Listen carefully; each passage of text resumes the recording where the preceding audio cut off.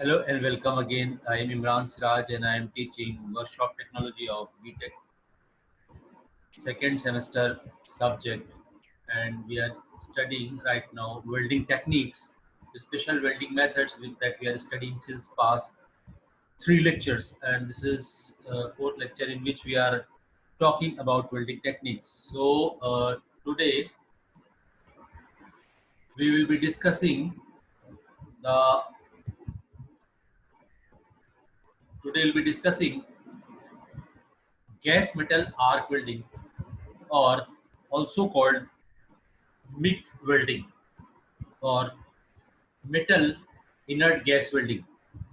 So these two are same, and we have to, we don't have to confuse with the name. These two are same: MIG welding and GMAW, gas metal arc welding, or metal inert gas welding. This is also known. So, as the name implies, metal is there and inert gas is there. So, inert gas is used, as we have earlier discussed. If you see this slide, SMAW in uh, in SMAW, shielded metal arc welding, we have discussed about shielding, how we protect the molten pool from the environment.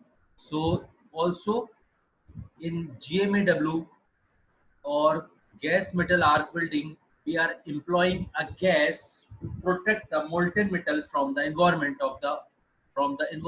in order to protect it to protect the molten metal combining with the oxygen of the environment, and thus making M2O, metal dioxide. So it is also called as metal inert gas welding. So this way, inert gas is introduced in order to envelop or to cover the molten metal from the environment.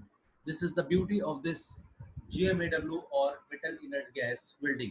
In this, we don't apply any solid metal or solid material like fluxes to cover the molten metal pool, but we employ in inert gases like argon, helium, or CO2 for steel welding.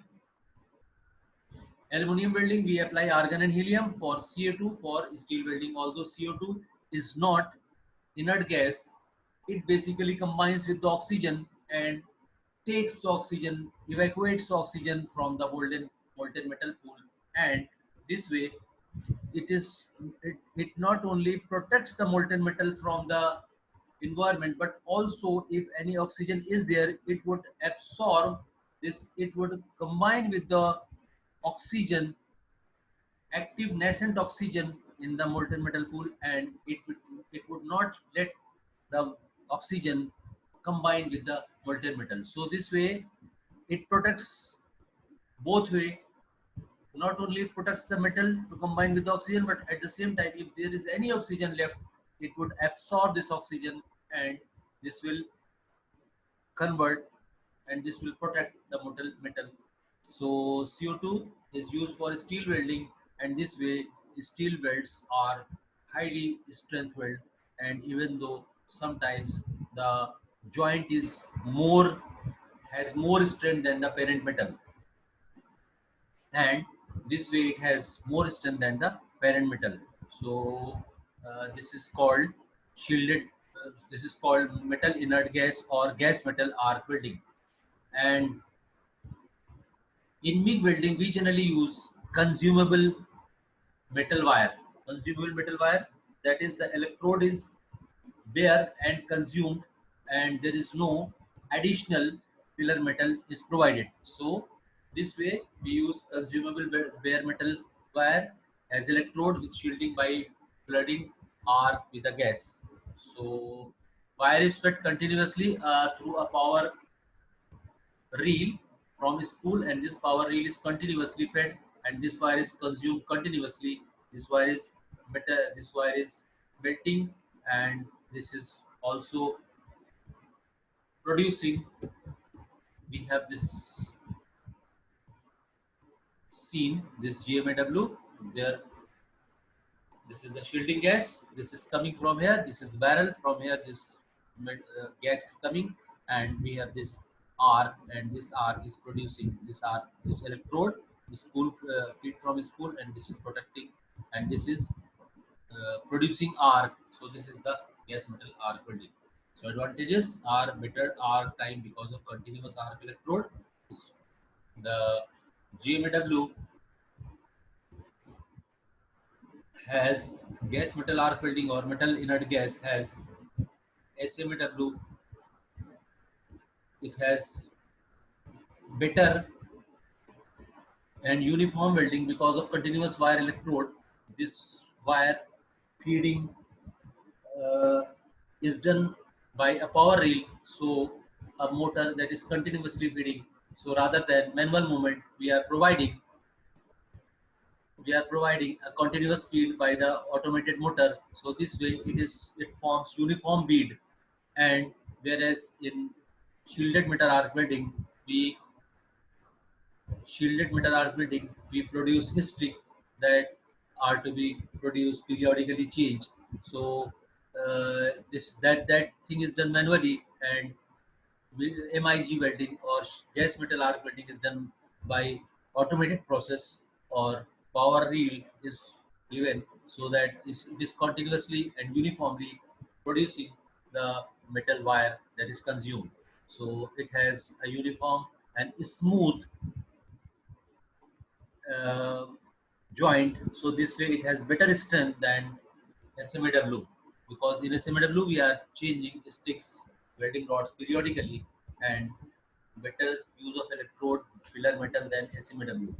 So end of stick cannot be used in SMAW. So we have to, when it is left small, we have to throw the small stick. So this way more material is used and more material is wasted, whereas in GAW there is no material wastage because of automated process.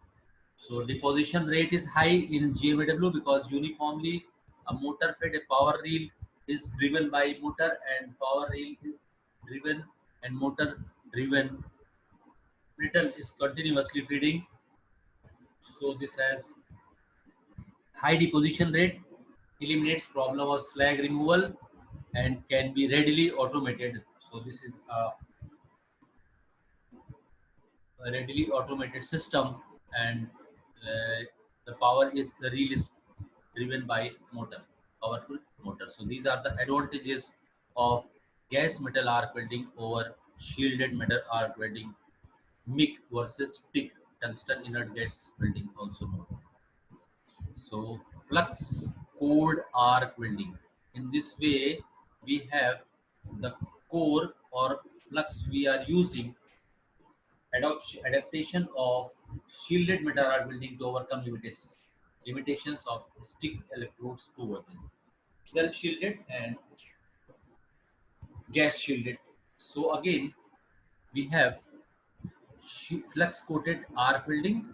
In shielded metal arc welding, what we are doing, we are using a flux cored arc welding. That is, flux is provided to produce an envelope that is basically covering the whole, that is providing an envelope to the whole molten pool, and this way molten pool is not contaminated by oxygen. So this is called flux coated arc welding. Since the flux cored arc welding, so the flux is the core of the arc welding, and flux is not only providing shielding but also extracting the active oxygen that is enveloped inside the molten pool. Core includes combined that core includes compounds that produce shielding gas, and gas shielded flux cored arc welding usually uses externally applied shielding gases. So this way we have two types of flux cored arc welding. One is when the flux is provided additional, and then gas shielding, an external gas shielding arrangement is made. Is then we have two types of flux cored arc welding. Electrode is a continuous consumable tubing in coils containing flux and other ingredients, that is alloying elements in its core. So electrode is a continuous consumable tubings, and flux core are building presence or absence of externally supplied shielding gas distinguishes. Self-shielding core provides ingredient for shielding, and gas shielded uses external shielding gases. So this is the flux coated R building schematic, and we can see feed from pool. So this is the tubular electrode wire that is coming. This is the tubular electrode wire. Then there is flux. Flux inside the flux is performing the core of the electrode. So flux is inner part of the tubular electrode wire. So the uh, wire is basically formed above the core stick or flux stick. So flux stick is there. So over the flux stick or metal is coated. So this is called tubular electrode wire, and flux core is inside, flux is inside the feed from pool, and then we have a shielding gas. So we are providing a gas nozzle optional. So direction of weld. So this way we are going guide tube. So this is the basically guidance. This slag gas shielding optional arc. We have already given flux core, and this will take care of the combining of metal with the oxygen. And if it is not sufficient, and sometimes we additionally, because many times the metal is highly active at a temperature of 15 to 1600 degrees centigrade where it is being welded. So at that time what we do, not only we provide feed from a spool, we also give additional gas shielding gas option, additional gas shielding, and this way we have additional shielding gas. So this way it is protected from inside as well as outside. From inner side, what we are doing, we are providing flux, and this flux is extempering, and this flux is removing the oxygen from this welding pool. At the same time, another inert gas metal is provided to envelop this molten pool from the environment. This is called flux coated arc welding. So this way we can understand flux core arc welding. So this the flux core is the basis or inner part of the electrode wire. Submerged arc welding, this is another type of welding where the welding is done beneath the granular flux. Granular flux, we have earlier discussed the role and importance of the flux, the role and importance of the envelope. So submerged arc welding is the welding in which the welding is done beneath the granular flux, or it is covered, the whole molten pool is covered by granular flux, danedar, small powder, powder of small particles, danedar hota hai. So granular grains are known as granular flux. So this way we are covering the whole molten pool with the powder, so that the molten pool or the molten metal does not is not contaminated by the oxygen and does not form M2O, metal dioxide. So granule flux like wooden saw etc. are used. Sometimes wooden saw is used, sometimes other fluxes are used, so that they cover the entire building area. Electrode wire is fed automatically from the coil. We have discussed earlier the role of power reel, so that it is uniformly feeding the electrode wire, consumable electrode wire. Then flux introduced at joint slightly ahead of arc by gravity from a hopper. So the hopper is the device that is basically producing flux, that is spreading flux over the molten metal pool in advance. Welding is done later, and just before welding starts, a flux is fed up by a mechanism called hopper, and this hopper keeps on covering the molten metal pool from the environment. And after that, when it is covered by flux, after that the electrode wire comes and start welding. Completely submerged operation, preventing sparks and spatter and radiation. So the other benefits that we are getting in submerged arc welding, that we don't have to that we don't have to get the sparks that we generally see in other buildings. Since the building is submerged beneath the granular flux, so that we are not able to see and it is not visible from the eyes. So harming the eyes is also eliminated, and the same time spatter and radiations. Spatter means cheating the small uh, drops that comes out of the welding called spatter. So spatters and radiation very harmful for our eyes. So for covering our, so we cover the eyes with the welding glass and welding goggles. So in this submerged R welding, we don't need goggles because there is no radiation. Also, there is no spatter because we cannot see. It is covered completely covered with a granular material, and it only not only it stops sparks, spatters, radiations, but also it gives a better mechanism, a better control, a better strength of the joint. So submerged arc welding uses a continuous consumable bare electrode with covered with a granular flux. Of course, this consumable bare wire electrode is fed by power rail, and this way it is completely submerged. So coming next is submerged R welding. Schematic is shown where we can see the granular metal is coming from the hopper. This is the granular flux. This is covering the whole area.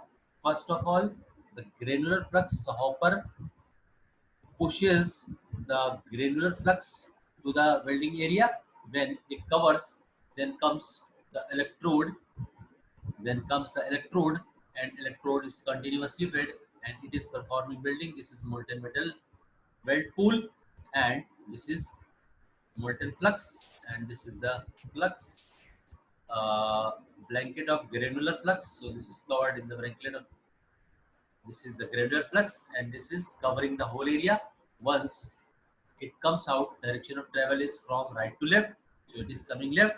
So once this is covered, so once this welding is done, the vacuum system for recovery of granular flux, because we don't want to waste flux, so there is, we are creating a vacuum, and there is a hopper again, and this hopper sucks the granular flux, and this way it is sucking up by the hopper, and this hopper is circulating from here to here.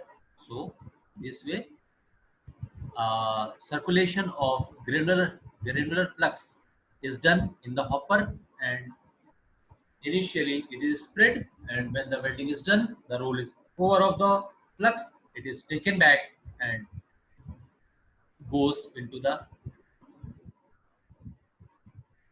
hopper.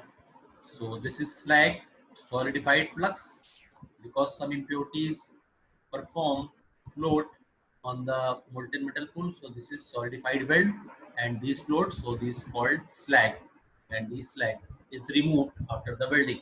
So by the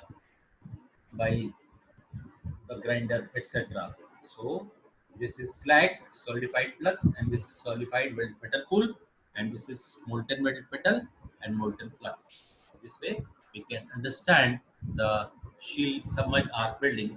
So this is the schematic that is quite important, very important as far as exams are concerned. So we have to be very careful while describing any welding or any process. First of all, we have to draw a neat and clean diagram so that the examiner gets the impression at the first glance that students knows the basic of the this process. So one has to draw a beautiful diagram, then only he or she has to explain everything. So this is the basic system, this is the basic diagram. So also you have to draw this diagram before explaining anything, and this is the schematic submerged arc welding. So here we can see this is the weld direction, weld flux feed tube, and then we have electrode. Then we have finished weld surface. This is coming and welded material we have cut from here, and this is granulated welding flux base material. Welding bag is required. This welding rod. This is coming from here to here. Welding flux feed tube. This is coming from hopper, and once this is complete, this is finished weld surface, solidified flux, and this is sucking the metal, and this is again sending. This is power supply system, welding electrode. You can see granular welding flux, welding weld back is required, weld backing is required. So schematics submerged are working process, and the applications of course are structural shapes, I beams, structural shapes where we have to draw infrastructure like a building, like a bridge, and any other structure we have to make. There we have submerged arc welding application. Also for large diameter pipes, tanks, pressure vessels.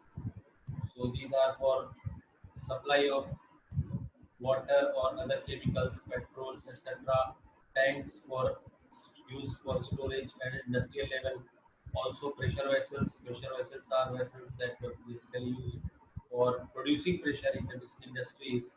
So welded components for heavy machinery, most steel except high carbon steel. So submerged arc welding can be applied in all types of steel except high carbon steel. In high carbon steel, it is not preferable. uh, Otherwise, it is acceptable for in all the steels. Not good for non-ferrous metals, since this device is a highly temperature producing device, producing welding technique. So it is not used for non-ferrous metals. So steel fabrication of structure types. So where heavy duty requirement is, we apply submerged arc welding. So for infrastructures, high pressure vessels, pipes, tanks, etc. So this was about submerged arc welding. Hope everything is clear to now. Still if you have problems, still if you have any queries, you may get in touch with me at my number 9069360400. You can WhatsApp me or call anytime, so that I give you the basic concept and the clarity on the topics you are not getting. So for the time being, I am signing off. I'll be explaining uh, remaining topics in next 2 or 3 lectures. So for the time being, okay, bye. See you.